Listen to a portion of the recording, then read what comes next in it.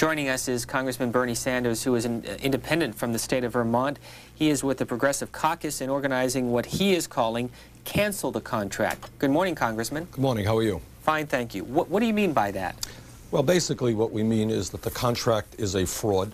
We think that the more the American people understand what is in the contract, which essentially amounts to very large tax breaks for the wealthiest people in this country, the eventual destruction of Social Security, major slashes in Medicare and Medicaid, increasing military spending, and cutting back on nutrition programs for hungry children and for needy senior citizens. I think as people understand what is in the contract, I think they will begin to reject it. So our job is not only to oppose the contract, but also to come up with sensible solutions, rational solutions that work well for ordinary Americans, for working Americans, and not just for the wealthy and the powerful. Give us one example. Well, I'll give you one example. At a time when the Cold War is over, when a time we are already spending too much money on the military, at a time when people are concerned about a $200 billion deficit, it seems to us to be basically insane to be significantly expanding the military, as the Republicans propose to do, at a time when we should be making substantial cutbacks, and we should be taking a hard look at the intelligence budget and the CIA as well. You don't throw hungry children off of school lunch programs, off of the WIC program, off of the food stamp program, in my view, in order to expand the Star Wars program. Ariana Huffington. Well, first of all, I'm really relieved that the Democrats are finally speaking their minds, because at the beginning, after November 8th, there was this period when the president started to sound like a Republican, when Dick Gephardt tried to sound like a Republican, and now finally at least we're hearing what they really believe. I consider this rhetoric the rhetoric of fear about hungry children being thrown off programs. What about looking at all the damage that has been done so far? What about looking at how poverty has been unchanged after spending $5 trillion on welfare? And what about considering alternatives? That's right. And I think we should. One of the things that we want to do, you're quite right, we want to look at alternatives. And we think that anybody who could simply say, let's throw people off of welfare without understanding that there needs to be jobs out there, that in the United States of America, our infrastructure is crumbling. Our educational system is crumbling.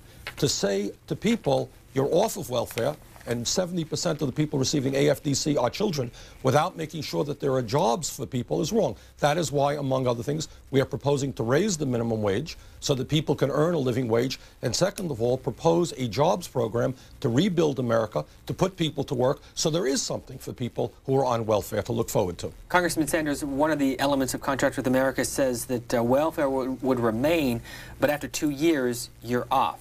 Does that seem reasonable? I think if you are saying is that it is wrong to provide welfare to somebody when there is a job out there and that person says, no, I'm too good, I don't want to work, nobody thinks that's appropriate.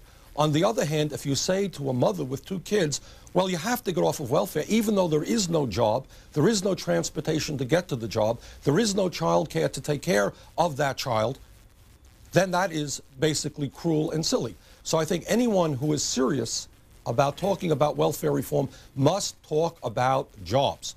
And that is certainly what the Progressive Caucus is talking about. Second of all, if you're talking about moving toward a balanced budget and not raising taxes on upper income people, keeping the corporate tax lower than it was 20 or 30 years ago, the inevitable conclusion, and the Republicans, honest Republicans, are admitting it, is that you're going to have to destroy the Social Security system. You're going to have to make huge cutbacks in Medicare for the elderly. You're going to have to slash veterans programs. And despite what Mrs. Huffington said, it is not alarmist. We're not trying to frighten people to say that they are going to slash nutrition programs for children. That's what the food stamp program is. That's what the WIC program is. That is what they intend to do. Tax breaks for the rich, cutting back on hungry programs for hungry children is not what I believe America is supposed to be. You know, I think while they may come from different political sides of the political spectrum, Congressman Sanders and our recent caller from Sequim, Washington, were saying roughly had sort of the same directive, which is do it. Let's see concretely what you're going to do. And so I hear the congressman say, for example, we ought to be taking the same hard look at our military spending and our intelligence spending that we would take at any other aspect of the federal budget. Do we really need to make these kinds of investments? We ought to be looking at what works and what would be concrete. And if we are talking about moving to a balanced budget, we ought to be saying what kinds of government spending are we prepared to cut back? That's why, as I say, I thought it was very interesting to see, after some of the rhetoric about the contract with America, in every newspaper today there is a story about how the deadlines are slipping, that first $200 billion in tax cuts, which people were talking about identifying, are hard to find. I think that is the reality that we're looking at right now, which is these are tough decisions. And the American people are saying to the people they elected to office, what are you going to do about it? Speeches are over. The campaign is over. It's time for action. That is the test that Speaker Gingrich and his new Republican majority will have to pass. Congressman Sanders will be in the House gallery later this morning talking about what they're calling cancel the contract. He is with the Progressive Caucus. Who makes up this caucus? Well, we have about 34 members from all over the country. People who see their main job here is not representing big money interest, but representing working people and elderly people and the people who are not getting a fair shake from government. I would say that they clearly are people who have not looked at what has happened in the last 30 years.